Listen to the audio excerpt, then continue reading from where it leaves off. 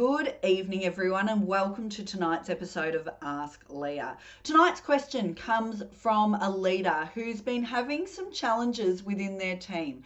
They have a team member who, when they give feedback to this team member about maybe an error they've made or something they need to improve, this team member starts a spiral of self-loathing, of beating themselves up and over-apologizing. They, oh, I'm a terrible person. Oh my gosh, I shouldn't have done that. How can I make it? Oh, they go on that really unhelpful spiral.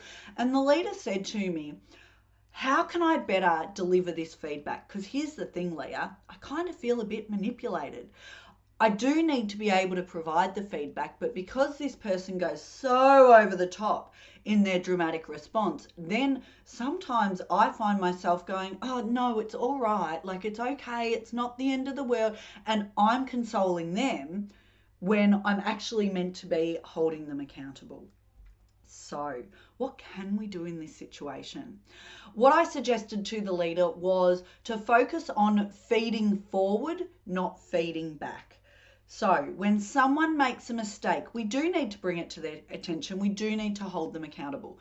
But beating up on them or saying, it's not good enough, that shouldn't have happened, it is a mistake, that can send someone on that spiral.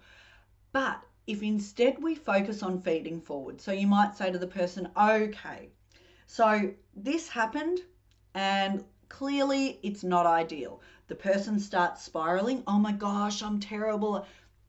The reality is it's happened.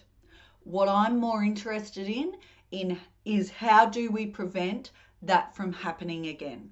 What would you do differently next time? So help the person feed forward. You're not letting them off the hook for the mistake, but you're focused on the learnings. And for so many organizations I work with, we talk about developing and learning culture. If we're really serious about that, our focus needs to not be on punishing failure, but rather learning from mistakes and taking those learnings forward. How can we do that? As leaders, we can focus on feeding forward rather than that feeding back. So again, what would you do differently next time? How can we make sure this doesn't happen again? What are the lessons that we can share with the team? And that will help shift that person from spiraling. And it means you don't have to be there apologizing and trying to make them feel better when actually it was an error on their behalf straight away. So look for the learnings, feed forward, not back, is my top advice for you in this space.